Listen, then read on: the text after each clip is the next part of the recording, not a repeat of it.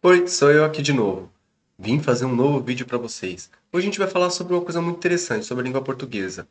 E será que seria interessante se o Brasil saísse da língua portuguesa e se tornasse uma língua, a língua brasileira? Será que seria vantajoso para o Brasil e para os outros países? É o que a gente vai falar agora. Eu tenho um vídeo aqui da DW Brasil que resume basicamente o que significa essa saída, se seria interessante e o que especialistas têm a dizer sobre isso.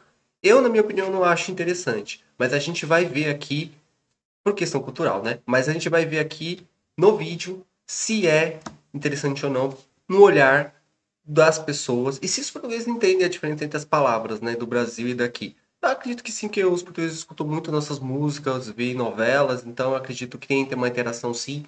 Então eu acredito que eles entendam tudo que nossas palavras saibam, mas a gente vai ver aqui no vídeo. Então vamos lá pro vídeo. Esse é o vídeo da Brasil e a gente vai ver o que o repórter aqui fala. Você sabe, o português que a gente aprendeu veio daqui, de Portugal, com todo aquele processo violento de colonização. Mas ele passou por muitas transformações ao longo do tempo. E se você já esteve em alguma cidade portuguesa ou ouviu o idioma falado aqui, sabe que não é mais exatamente igual. Se é que um dia foi. Geladeira frigorífico. Joia no Brasil é tudo bom, penso eu. E joia aqui é um anel. Depende. Joia pode ser tudo joia, ok. E joia pode ser assim, um adereço, um anel, um colar. Então, joia tem dois significados, não tem um significado só. No Brasil tem muitas palavras que têm a mesma palavra para dois significados, né? Então a gente vai continuar aqui com o vídeo. Joias joia. Tudo que seja é uma. Vocês lá, rapariga é mau. E aqui rapariga é bom. Trem lá e o comboio aqui. Então, rapariga no Brasil depende. É mais falado na região nordeste do Brasil. O sul e sudeste não fala rapariga nem para ofender ninguém, entendeu? Não é utilizado. Geralmente é utilizado para chamar de garota, de programa, essas coisas. Mas, no geral, no Brasil inteiro, do sudeste para o sul, a parte de baixo, acho que até o norte também, eles não falam rapariga mesmo que seja para ofender, falar negativamente, tá? Não é usual. É usual mais numa parte do Brasil, que é a parte de cima, do lado direito, o Nordeste. Mas não é utilizado no Sul e nem no Sudeste. Numa parte do Brasília, aquela região lá para a esquerda, também não é utilizado essa palavra. Sabemos o que significa, porque o brasileiro, depende de qual distrito de estado que ele esteja, ele está circulando dentro do país.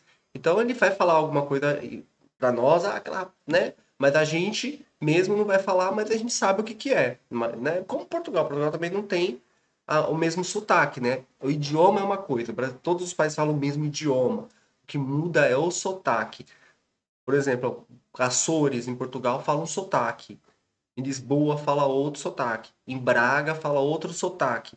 Dá para perceber que tem uma diferença de sotaque pela velocidade da fala, por palavras usuais daquele, por exemplo, sítio, daquele lugar, né? Então, tipo, depende muito da região do país. Vai ter diferenças assim linguísticas de sotaque, não de idioma. Idioma é o mesmo, né? Então vamos lá pro vídeo. Aqui é o celular e aqui é o telemóvel. É, banheiro e casa de banho e onde se faz a barba, o lavatório. Tá vendo? Muitas palavras até seriam compreendidas por nós brasileiros, só que de formas diferentes. Será que é hora de o português falado no Brasil ser um idioma próprio? Brasileiro, talvez? Cada dia que passa, a norma brasileira afasta-se da nossa norma europeia.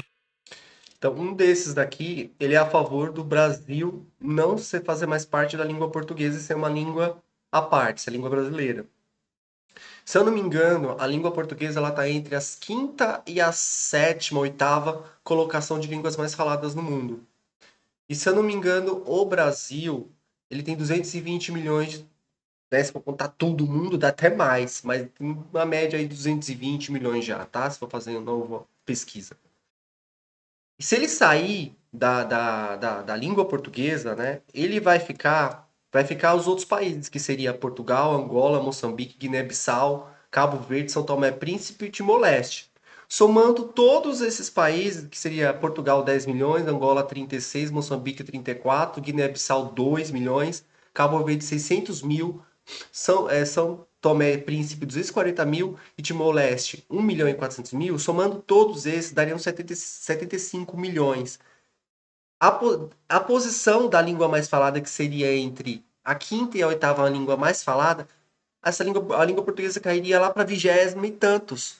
da língua mais falada, ia lá pro final da fila das línguas mais faladas.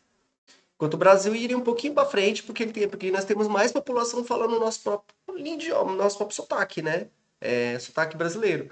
Então, não sei se seria interessante. Também a língua é uma corrente entre um laço entre os países, né? Que tiveram histórias no passado. E quebrar esse laço linguístico faria com que os países se afastassem, tanto culturalmente, com envolvimento pessoal das pessoas. Então as pessoas começariam a se afastar uma das outras, porque elas não teriam mais como.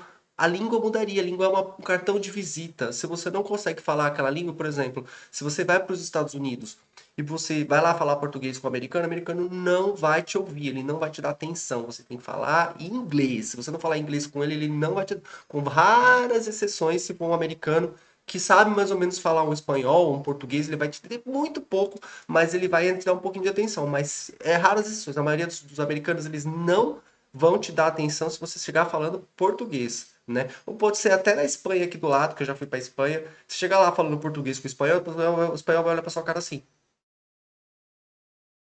Entendeu? Ele não vai te ouvir, não te dar atenção. Você vai ter que tentar falar espanhol, bem que seja um portunhol, ele vai te responder. Meio assim, mas vai te responder. Porque as pessoas têm as suas particularidades, elas têm a sua individualidade. O país tem individualidade. Então não tem jeito, né? Então vamos continuar, vamos aqui voltar para o vídeo. Que a gente está falando aqui sobre o assunto. Então vamos lá, os culturas linguísticas. Isso é um fato. O que determina esse momento de ruptura, de independência de uma língua? Nós perguntamos para especialistas com duas perspectivas, do Brasil e de Portugal. Fica comigo nesse vídeo direto de Lisboa que eu vou te contar. Há muitas novidades incríveis. É a propagandinha aqui que a gente só vai esperar passar, porque realmente eu não passo. Português do Brasil ou português de Portugal não importa. No fundo, é tudo português, certo? Sim, pelo menos ainda. Eu tô falando assim porque com o passar dos anos, as línguas evoluem. E dependendo do contexto social e político, assumem tamanho protagonismo que ganham uma espécie de vida própria, autonomia. Foi desse jeito com o português, uma língua românica que se separou das suas origens, o latim, após séculos na rotina europeia. Não é pra enrolar você não, mas antes de avançar eu preciso explicar melhor essa história, porque ela vai te ajudar a entender até o final deste vídeo como e se o português falado no Brasil pode mesmo se desvincular de vez do de Portugal. Você já ouviu falar do Império Romano, não é? Foi uma civilização que exerceu influência e domínio sobre grande parte da Europa, norte da África e Ásia Ocidental por mais de 500 anos. E os romanos estiveram nesse lugar onde eu estou, que viria a se tornar Portugal. Impuseram uma cultura e um idioma, o latim. A versão, digamos, mais popular do latim foi assimilada pelas pessoas da época e desse contato, dessa mistura, teria surgido a raiz do que hoje é o português. Por isso ele é considerado um idioma românico, por causa desse vínculo com a Roma Antiga, um vestígio da romanização da Península Ibérica, essa faixa de terra no mapa europeu. E quem fala português é lusófono, porque essa palavra vem de Lusitânia, um velho nome da região dominada pelo Império Romano, que atualmente corresponde à parte do território português. Mas olha só, o português virou uma língua oficial a partir de um decreto no século XIII, quando o controle romano já havia acabado, a região já havia passado por uma ocupação árabe e Portugal já era um reino. Ou seja, uma decisão não só de larguíssimo prazo, como também política, porque nas ruas e no cotidiano dos habitantes ele já existia. Grave essa informação, hein? Bom, deu pra perceber, eu tô aqui fazendo um resumo do resumo de como o português se transformou em um idioma na Europa, que a nossa reportagem ouviu, em parte, desta especialista portuguesa. O português vai nascer, como se sabe, no norte de Portugal e ali naquela parte também que engloba atualmente a Galiza, e é a partir daí, portanto, que falamos do galego-português. Eu fui para Galícia e adorei. Achei Galícia muito bonita. Faz parte da Espanha, né? Eles falam galego. Conversei com eles. Deu para conversar, gente, normalmente. Eu pedi as coisas, fui à praia. Eles conseguiram perceber muito bem o que eu falava. Se falar devagar, tranquilo, eles percebiam muito. Uma palavra ou outra, eles falavam assim, mas aí você muda a palavra para uma palavra mais, vamos dizer assim, mais simplificada, eles entendem. Então, bom, eu tô entendendo o que a menina tá falando aqui normalmente. Então, assim, tipo, tá muito diferente? Acho que não, né? Então vamos lá. Quando eu cheguei aqui em Portugal com 2, 3 dias, eu tava entendendo tudo, não tava falando, né? Apesar de muita bobagem, mas assim, eu não dava bola. Mas assim, eu consegui perceber muito bem, né? Então, tipo, não tive problema nenhum. Vamos lá pro vídeo. No início da língua, e a partir daí a língua vai evoluindo, não é? Vai sendo, no fundo, expandida de norte para sul do território, acaba por acompanhar um pouco a evolução mesmo das fronteiras o país, Portugal. Pois é, mais adiante eu vou retomar essa questão do galego, porque ela tem a ver com a nossa discussão. Mas por enquanto vou me concentrar numa dúvida mais urgente para a gente não desviar tanto o assunto. Onde entra o Brasil e o português brasileiro nisso? Todos nós conhecemos o ponto de virada dessa história, as chamadas Grandes Navegações, um marco do passado colonialista de Portugal. Mais propaganda, porque, ó, gente, o YouTube tá fogo, o YouTube. Vou deixar a propaganda do ursinho passar aí, mas vamos lá, porque eu não paro mesmo. Foi esse projeto expansionista europeu que levou o português para o além-mar. Ele é falado atualmente por cerca de 280 milhões de pessoas no mundo e é a língua mais falada do hemisfério sul, onde estão as colônias de Portugal, como Angola. Você lembra que eu falei? São 70 milhões. Somando todos os outros países, tirando o Brasil. O Brasil coloca o Brasil lá quase 220 milhões. Soma tudo, dá uns 90 milhões, 290 milhões. É o que ele mais gostou. Ele falou 280, mas os dados podem equivaler, né? A gente sempre tenta centralizar num ponto. Mas geralmente é 280, 290 milhões. Então, se tirar o Brasil, que é 200 e tantos, e colocar e deixar só o restante dos países, vai ficar 70 milhões de pessoas falando português. Você lembra? Vamos lá. Moçambique e, claro, o Brasil. O que não quer dizer que os portugueses invadiram esses lugares e, de cara, a língua portuguesa se espalhou. As especialistas com quem nós conversamos citam um processo de assimilação bem lento no contexto brasileiro, principalmente pela variedade de línguas indígenas. Esses povos conheciam plantas e animais que, para os europeus, não tinham nome. Capivara, jacaré, maracujá e por aí vai. Nós tínhamos. E essas palavras, assim, a gente usa maracujá, que é uma fruta muito normal no Brasil. Capivara, que fica nos rios, onde, nossa, na minha cidade tem muita capivara nos rios, tá? Às vezes elas são capturadas e mandadas para algum lugar, né, que elas possam ficar mais tranquilas, mas elas estão lá no rio, lá, comendo, nadando lá no rio, lá. E o nosso rio não é muito limpinho, tá? É um pouco poluído. Em metrópole, geralmente, nenhuma metrópole tem um rio tão limpo. Raras exceções, né? Tipo a Itália e tal, mas mesmo assim elas vivem lá no rio, lá, passa o trem, elas estão ali no meio, às vezes o trem para porque elas estão ali paradas, então não é uma coisa tão fácil, não. São Paulo tem capivara. E jacaré eu já vi acho que umas 2 vezes, tá? No meu distrito de São Paulo, mas era pra área mais interior, assim, de São Paulo, que tem muito mais mata, muito mais reserva, né? Então, tipo, tem esses bichinhos aí sim, sabe? Fora a onça, né? Onça. Se tiver uma onça, sai correndo. Na verdade, não sei nem se dá pra sair correndo, porque a onça nada, corre, só escala árvore, então fica bem difícil. Vamos lá, voltar pro vídeo. Entre, no mínimo, 800 e mais ou menos 1.500 línguas indígenas sendo faladas na época em que o Cabral chegou aqui. E o português, entre o século XVI e até o século XVIII, pelo menos até o fim do século XVIII, não era a língua majoritária do Brasil. Vai demorar todo o processo de colonização do Brasil, ainda vai demorar, e a língua vai, de facto, acompanhar esse processo, não é? Esse processo é importante para entendermos o caminho nada reto que a língua portuguesa fez no Brasil. Ela chegou pela oralidade, sim, devagar, mas se firmou sob influência e contato com outras línguas locais e africanas, além dos versos de Luís de Camões, um dos maiores poetas portugueses do século XVI, que exaltou as navegações por mares nunca de antes navegados. A frase está em Os Lusíadas, uma obra considerada a pedra fundamental do português como conhecemos. Eu estou fazendo essa citação rápida.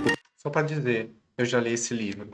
O livro é muito bom. Se você quer entender esse contexto todo, se você é brasileiro, vem morar em Portugal, se você é português, está morando no Brasil, leia esse livro, Lusíadas. Esse livro é muito bom, ele explica bem as palavras, tem contexto da história. Se entendendo a história, você entende muita coisa. É muito bom o livro, vale a pena. E para as nossas entrevistadas, os brasileiros aprenderam inicialmente uma versão clássica do português, que hoje nem existiria mais em Portugal. O português que é levado para o Brasil é um português, provavelmente do período ainda clássico, com algumas características que, curiosamente, o português do Brasil manteve, algumas dessas características, e o português europeu não. Então, muitas vezes a ideia de... Vocês entenderam o que ela quer dizer, a professora de língua portuguesa de Portugal?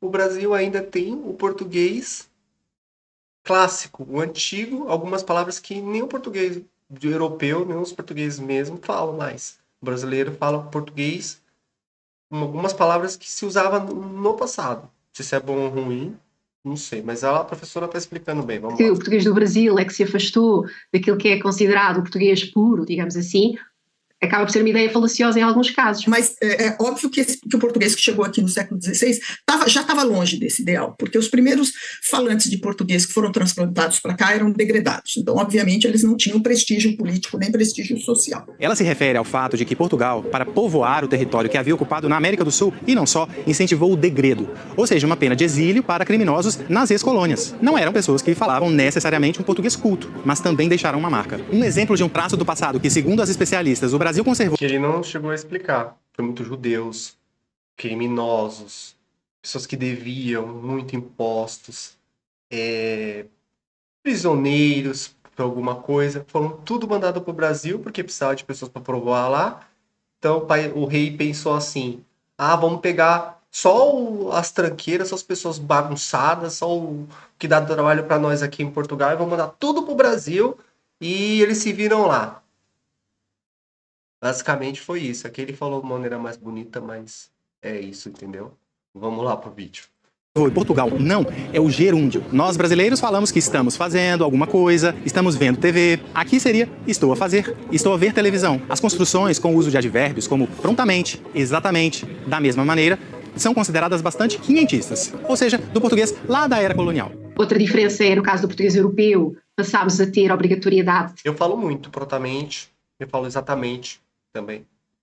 Ter um determinante antes dos possessivos, a minha casa, a minha escola, e no português do Brasil isso não acontece, minha casa, a minha escola. Este era a regra, era o padrão mais frequente em fases anteriores do português. Portanto, o português do Brasil conserva essa característica que o português europeu não conservou. A pergunta que fica é, que tipo de mudança é suficiente para dizer que uma língua vai se desmembrar? É só falarmos geladeira e os portugueses frigorífico? Celular em vez de telemóvel? Na verdade, depende de inúmeros fatores e esse não é um debate somente linguístico, segundo a Clara e a Gladys. Se pensarmos ainda em quão diverso e gigante é o Brasil, existem diferenças entre estados e regiões que talvez também justificassem uma independência idiomática, mas elas são consideradas apenas variações, como mandioca, macaxeira e aipim. Sem contar que a língua falada é uma coisa, a escrita é outra. O assunto rende, viu? Porque há quem diga que sim, essa separação vai acontecer. Este especialista aqui, por exemplo, vem falando há anos que o brasileiro pode se tornar um idioma, com o argumento de que não daria para ensinar de maneira padronizada as particularidades do vocabulário e da gramática, justamente porque não são iguais. E ele já chegou até a fazer uma previsão. É inevitável que dentro de 2 gerações o brasileiro esteja já muito afastado. Se isso vai mesmo acontecer, significar uma ruptura pode ser, no final das contas, por uma escolha política, como, aliás, foi quando o português passou a ser língua oficial no Brasil, por decisão do Marquês de Pombal no século XVIII. Ele era uma autoridade do Estado e ficou conhecido, entre outras coisas, por expulsar os jesuítas, que ensinavam a doutrina cristã em língua indígena. Se vamos ter daqui a 50 anos uma língua independente, eu acho que isso será determinado pela vontade que o Brasil possa ter de decidir, quer passar a ter uma unidade linguística independente e sua. Tem mais a ver, como eu estava a dizer, com questões políticas, essa decisão, com questões económicas, do que propriamente com questões linguísticas. A definição de língua, ela é muito mais social, histórica e política do que linguística propriamente dita, né? Então, é difícil dizer se algum dia a gente vai deixar de chamar o português de português, porque isso depende mais de uma decisão política do que da forma. Há muitas novidades Mais uma propagandinha, entendeu? Eu nem vou incríveis deixar ela passar aqui. que te vão Só surpreender, tem um hein? spoiler da Disney, né? Apesar de eu adorar a Disney, mas... Exatamente da língua. E aí eu volto ao galego, que eu mencionei ali atrás. O galego é um parente do português, porém falado na região da Galícia. É uma língua que se estabeleceu como autônoma por circunstâncias políticas e sociais que daria um vídeo à parte. Mesmo com a pressão do espanhol, das semelhanças com o português europeu, e mesmo que ambos os lados consigam se entender de alguma forma. Como também é o caso dos brasileiros e dos portugueses. E é por isso que eu tô falando disso, porque faz a gente ficar com aquela pulguinha atrás da orelha se essa independência dos brasileirismos não pode uma hora acontecer de verdade. Ela já foi cogitada outras vezes ao longo da história, desde o século XIX. Por enquanto, o que a gente sabe que já está acontecendo é a presença cada vez maior das nossas gírias, nossas expressões e palavras no dia a dia de Portugal, que começou com as telenovelas e hoje está com os influenciadores e com a crescente comunidade brasileira por aqui. Nós entendemos melhor porque começámos a ver novelas há muito. Nós somos a segunda maior comunidade em Portugal. Quase 500 mil de brasileiros em Portugal.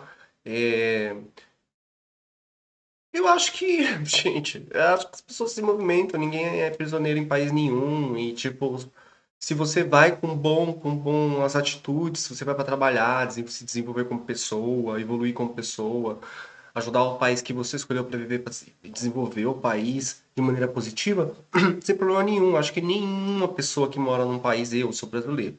O Brasil tem muita gente de fora do país.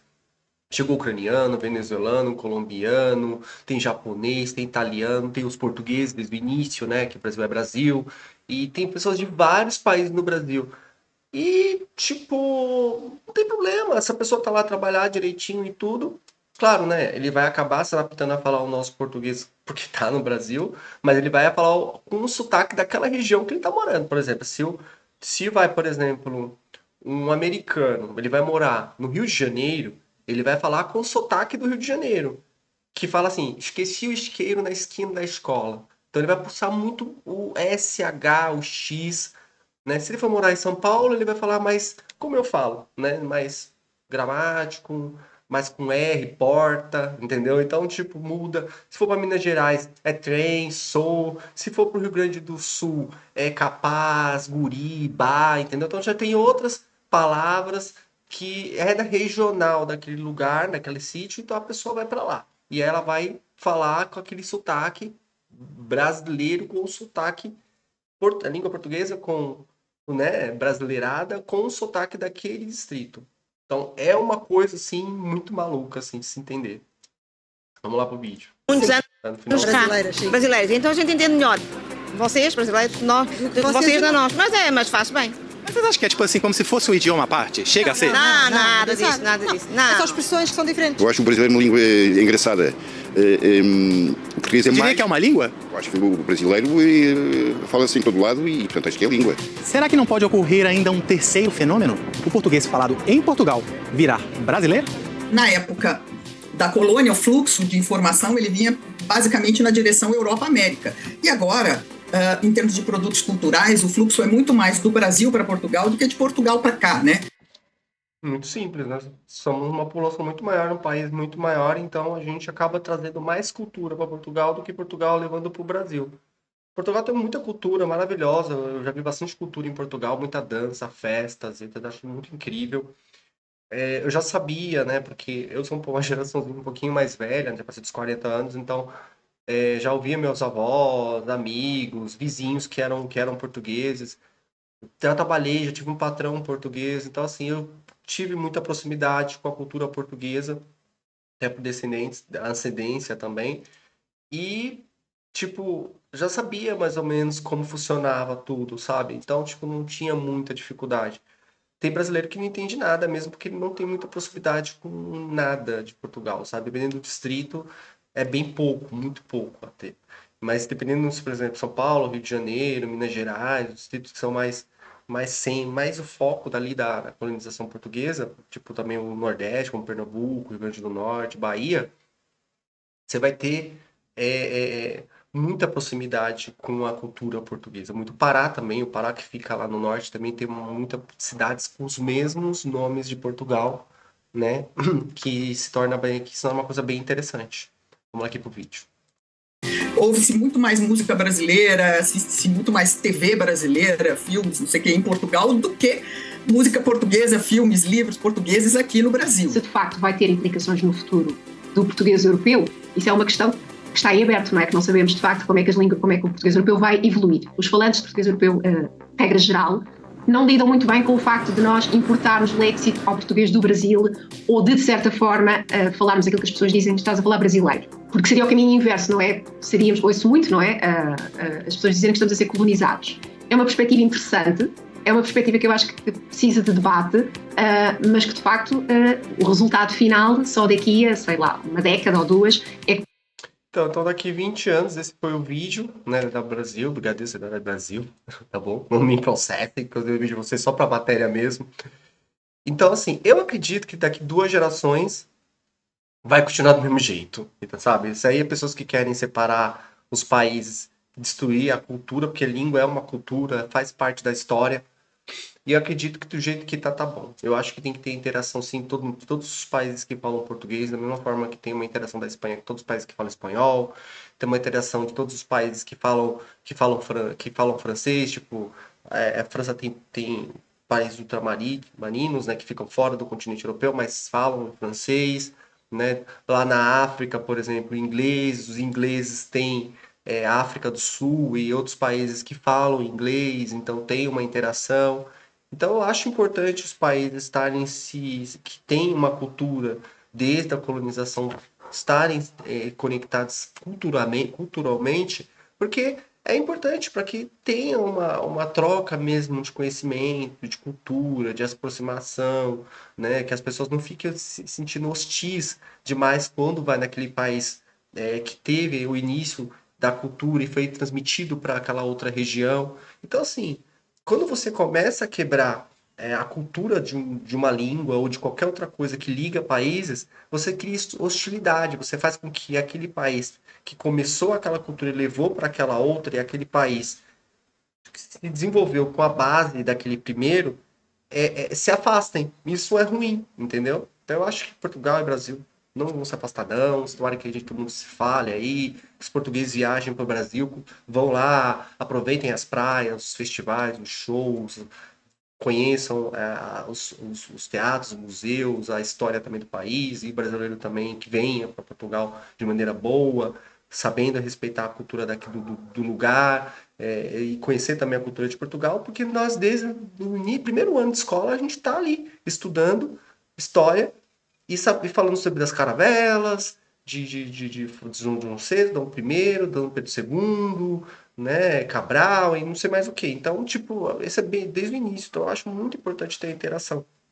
E eu acho que, como eu falei no início do vídeo, não seria interessante por questão proporcional. Se o Brasil sair e se tornar uma língua, ele vai ter uma posição ali de língua mais falada, que é a língua brasileira, e o Portugal vai cair um pouco, porque perdeu 200 e tralalá milhões de pessoas que falam língua portuguesa, quer se trocar, e vai cair, vai ficar com os países que têm menos população, então não sei se é interessante para os portugueses. Acho que a maioria dos portugueses acho que não tem interesse que isso aconteça, né? Se tivesse plebiscito, assim, votar, Portugal tem que...